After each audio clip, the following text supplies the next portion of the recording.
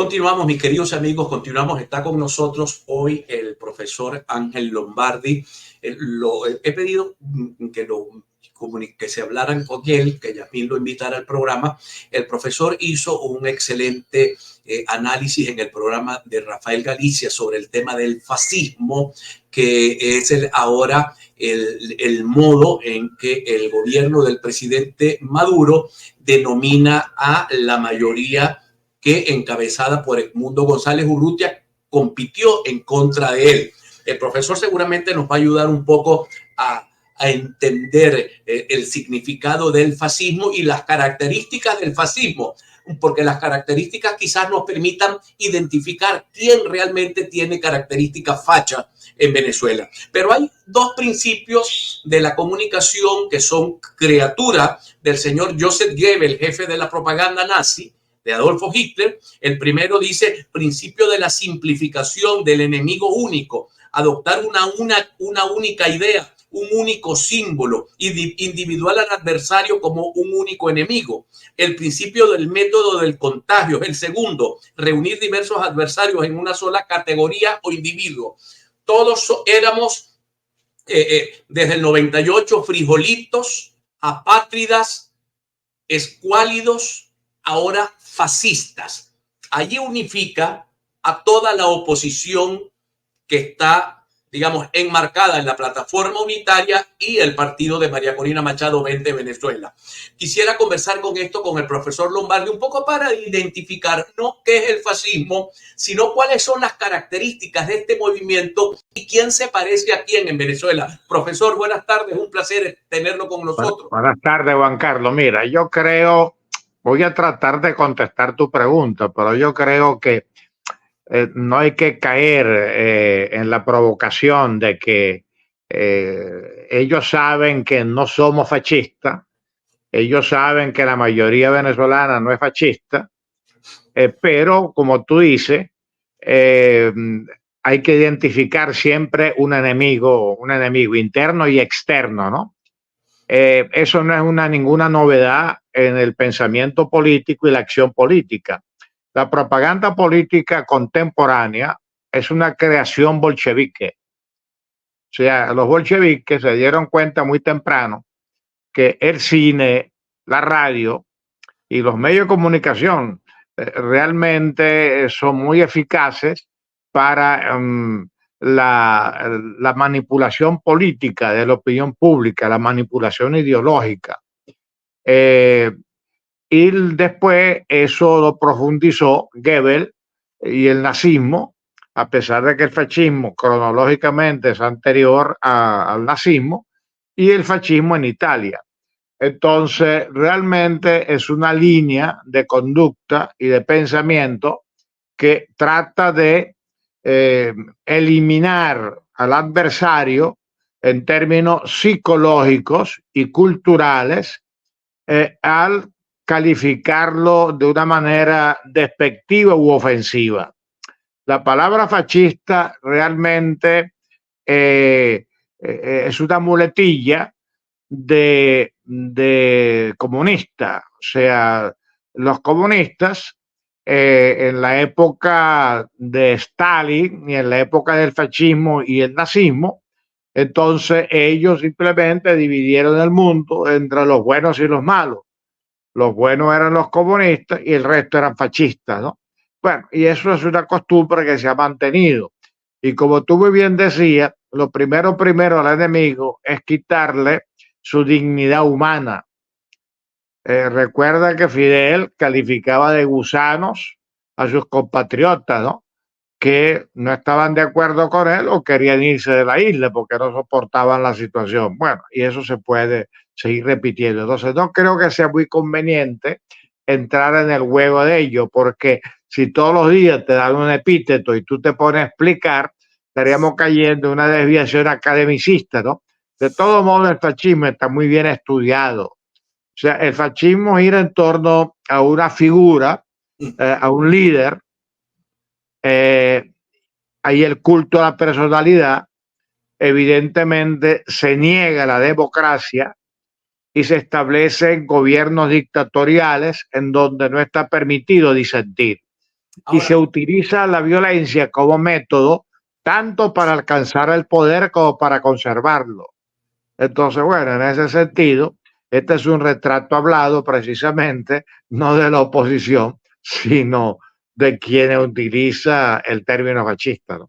sí, yo me trae a colación porque realmente si fuese un insulto tipo frijolito, yo no le diese la importancia que le doy, pero cuando ahora legislan y tienen una ley que habla, en el mundo hay leyes antifascistas, en Alemania hay leyes antifascistas, creo que Estados Unidos tiene una legislación, pero que define muy bien lo que es un facho, o sea, lo que es alguien que sigue los símbolos, digamos, hitlerianos o los símbolos de Mussolini, pero en Venezuela cuando legislan y el presidente por su propia voz, que es el jefe del legislativo, del ejecutivo, del judicial, absolutamente de todos los poderes, pide una legislación para combatir al fascismo, que él lo ubica precisamente como un grupo de sus opositores, entonces sí entramos en un problema, porque usted puede ser acusado mañana de facho, yo puedo ser acusado mañana de facho y nos aplican una ley que no tiene sentido. Entonces pasó Mira, de una simple denominación a un tema ya jurídico, ¿no? sí, el problema, Juan Carlos, que no estamos ni frente a un problema jurídico, ni a un frente, ni un problema legal. Tú sabes que al tener el control de la Asamblea Nacional pueden crear cualquier ley. Entonces ellos simplemente están creando una estructura, entre comillas, legal, o sea, para no dejarnos respirar, para no dejarnos espacio de disentimiento ni de opinión. Eso es macartismo puro. O sea, tú debes recordar lo que es el macartismo, ¿no? Y los oyentes. O Sí. sea, que en Estados Unidos llegó un momento que la histeria anticomunista, presidida visiblemente por un senador, se creó una comisión que prácticamente ellos con acusarte de comunista te anulaban de tu trabajo, de tu vida personal, privada, social, etcétera. Bueno, esto es macartismo puro. No importa el término que utilicen, ¿no? O sea, el problema es que al no ser demócrata no aceptan la disensión ni el pluralismo. Yo creo que ese es el punto, que estemos claros. En Venezuela, lamentablemente, no hay democracia. Y por consiguiente, quienes ejercen el poder lo quieren seguir ejerciendo a su manera y utilizando los instrumentos que no están inventando ellos.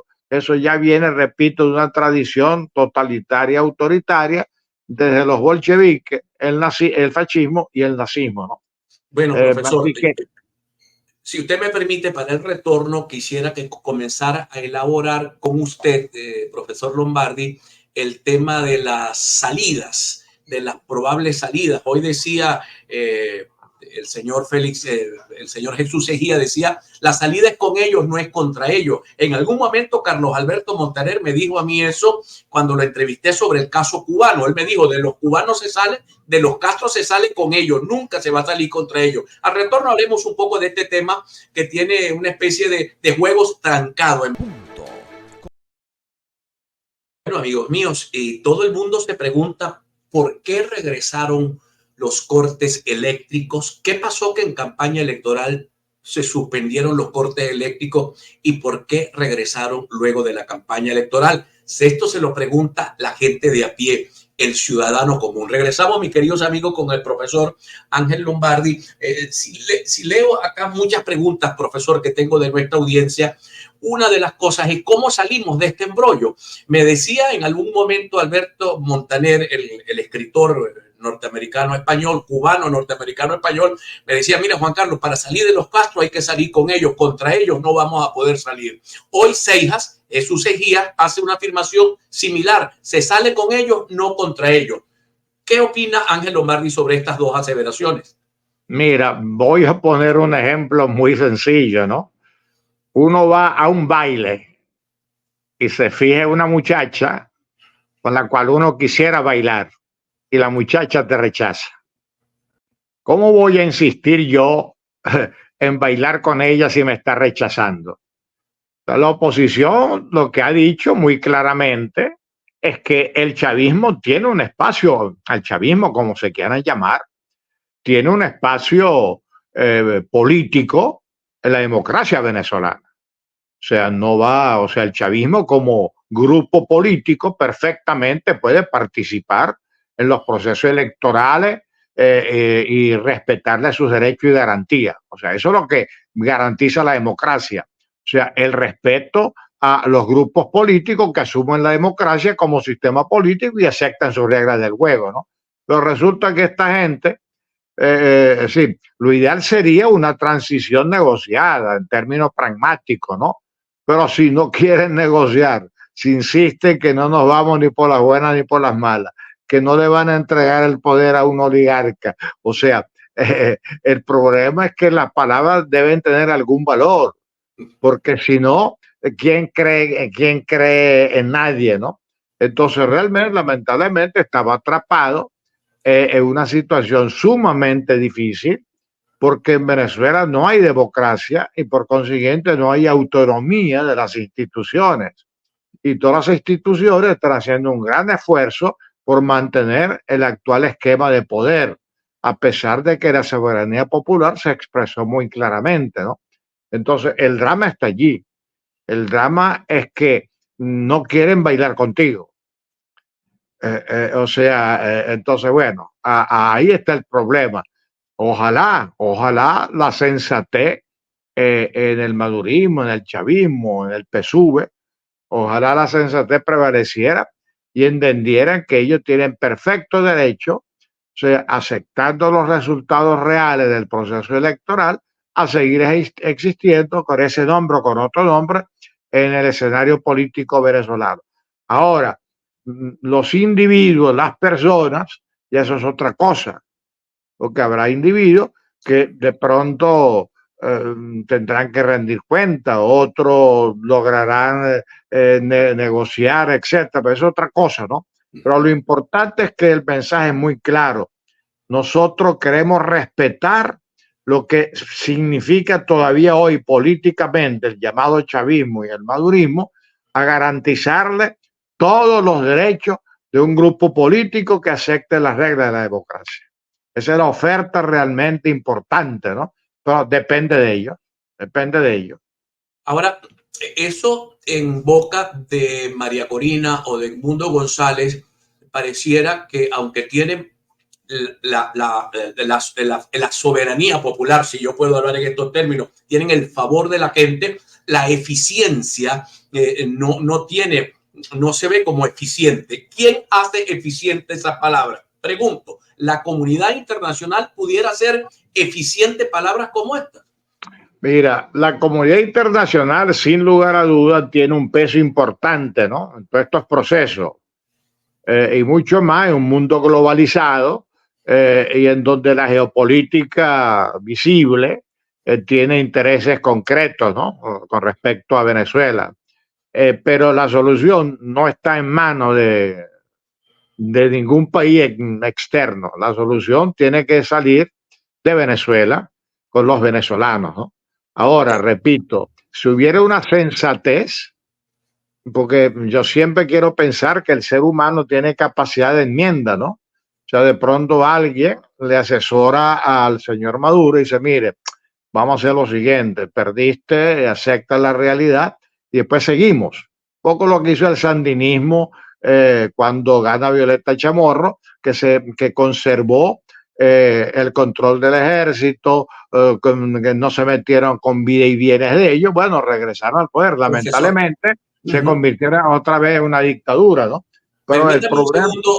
Bueno, continuamos, mis queridos amigos, con nuestro queridísimo invitado, distinguido y querido invitado, el profesor Ángel Lombardi. Profesor, quisiera entrar en un tema que usted bien lo analizó cuando comenzamos el programa, cuando usted nos ha dicho que los soviéticos inventaron el control de masas a través de medios de comunicación. Pero ahora hay un sustrato, algo que subyace en el control de masas que se hace a través de los medios de comunicación. En la comunicación ahora lo llaman neuromarketing, que es tratar de doblegar la moral de mi contrario. En este caso, de la población que cree que ganó la elección, está siendo atacada por todos los flancos. Le decía yo ayer a Pedro Benítez que hasta vi un señor que lee el tarot en TikTok diciendo que María Corina, que Maduro había ganado, que María Corina había perdido. O sea, toda una serie de esfuerzos para convertir una mentira en verdad. ¿Qué tan eficiente ha sido esto en la historia de los países que seguramente usted ha estudiado cuando se han utilizado estos mecanismos de control del pensamiento de la gente? Mira, realmente hoy en día, afortunadamente, Internet en general, las redes, etcétera, no permiten, o sea, influyen en la opinión pública, sin lugar a duda.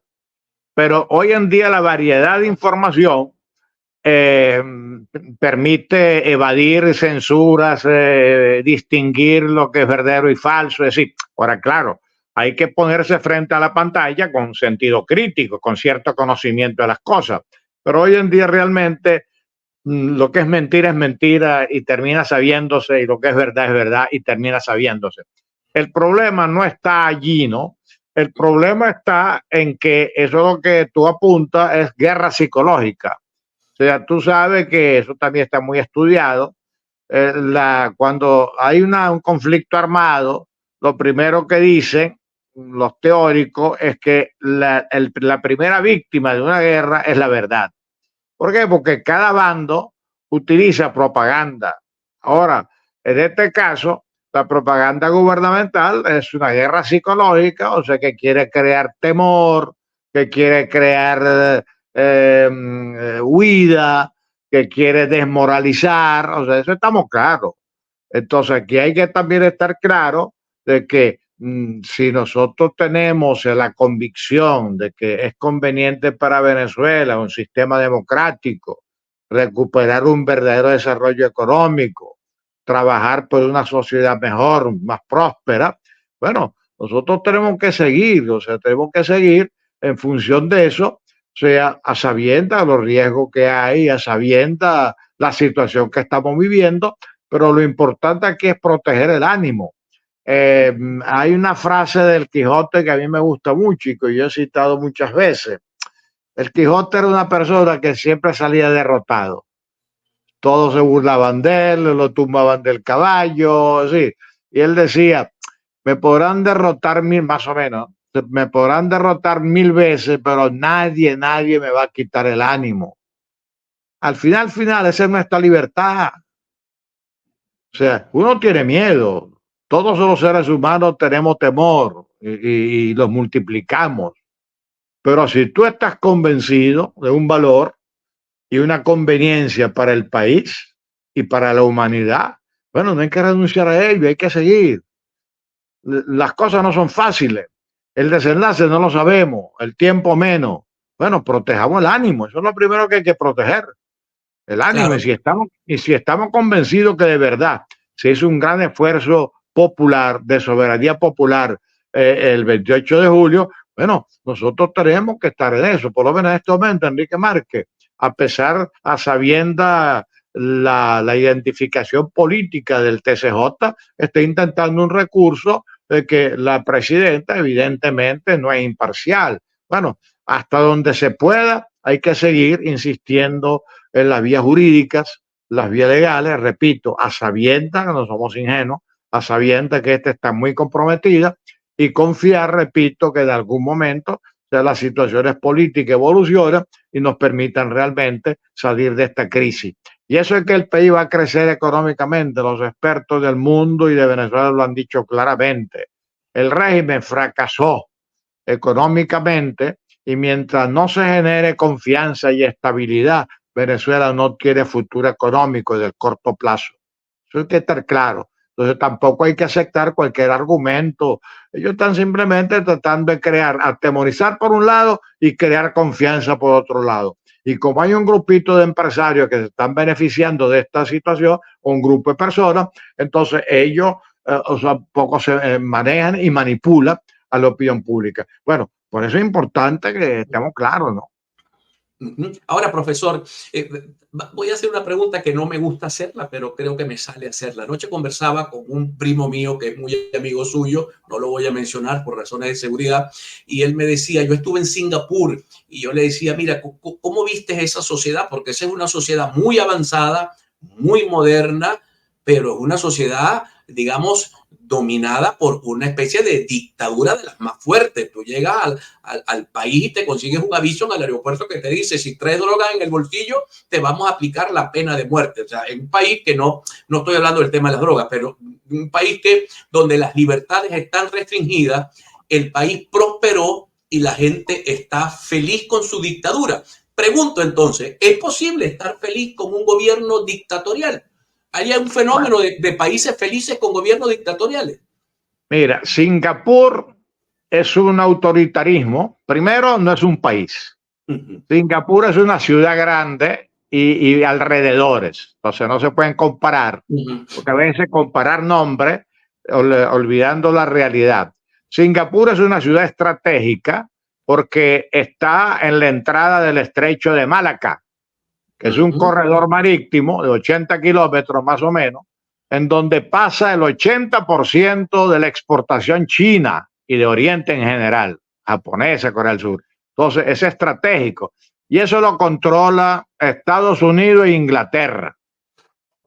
Entonces, Singapur, a nivel interno, es un gran centro financiero en donde se maneja precisamente esa situación estratégica con todos los intereses y ellos juegan, o sea, dentro como un punto de referencia para los negocios de Asia y del mundo, ¿no? Entonces no se puede comparar. Ahora, un autoritarismo puede tener éxito económico, ahí está China, porque la gran lección china es que ellos entendieron que el comunismo no tiene futuro, pero como sistema político les permite el control. Pero se abrieron al capitalismo porque es el único sistema económico que la humanidad hasta ahora conoce, es el capitalismo. No hay otro país con una sociedad con otro sistema económico. Así que eso es una tontería de la Guerra Fría. O sea, como si hubiera una economía comunista funcional, tal. No. Entonces, el capitalismo es el sistema dominante en este momento, como lo fue en su momento el esclavismo y el feudalismo. En algún momento quizá cambiemos la situación, pero en este momento el mundo funciona en cuanto a crecimiento económico con el capitalismo. Lo está haciendo Vietnam, que es comunista, lo está haciendo China, o sea que eso responde a tu pregunta. Un autoritarismo que asuma el capitalismo en su racionalidad e intereses, bueno, puede funcionar, pero el esquema venezolano resulta que aquí no han dejado de ser rentistas, no han dejado de ser estatistas, las fórmulas que ellos aplican son las cubanas, la economía totalmente fracasada, una sociedad. Entonces, el problema de ellos, dicho en popular, es que ni lavan ni prestan la batea. O sea, si ellos adoptan un sistema capitalista abierto y logran lograr el control de la sociedad, bueno, pudiera crecer la economía, pero yo no los veo en esa dirección. Yo lo veo en la dirección cubana, en la dirección nicaragüense. Eso quería preguntarle.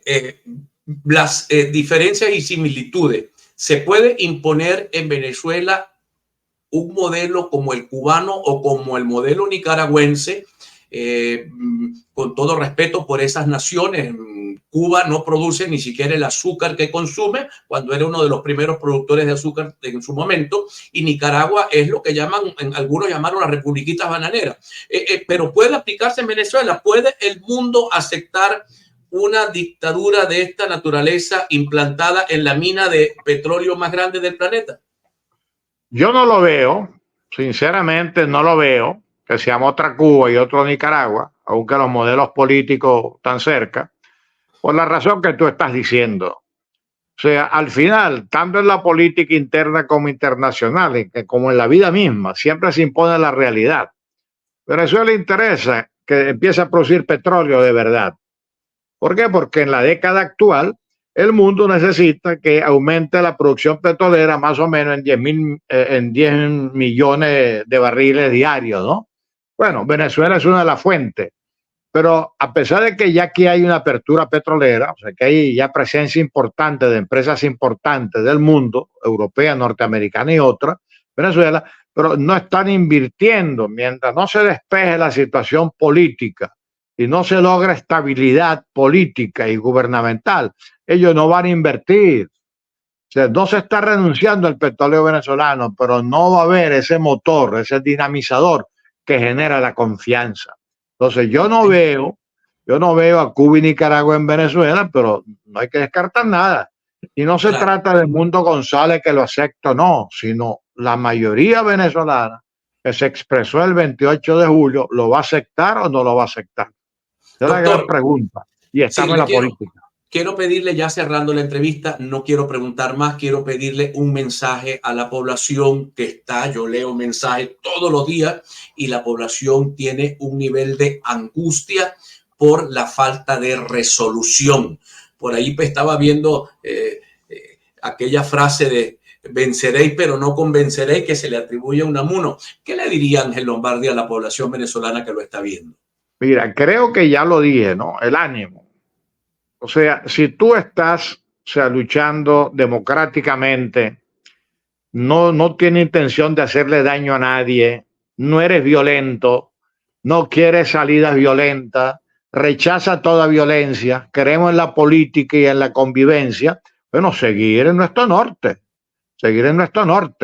no perder la confianza en ese norte y no perder el ánimo. Ahora, de que todos estamos deprimidos o de psiquiátrico, es que tenemos 25 años, o sea, en terapia intensiva psiquiátrica, porque realmente sobrevivir a la cotidianidad venezolana en términos económicos, sociales, laborales, etcétera, y con la diáspora no es fácil, ¿no?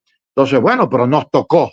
Lo importante es no tirar la toalla y seguir empeñado en que prevalezca la democracia en Venezuela y la prosperidad de los venezolanos.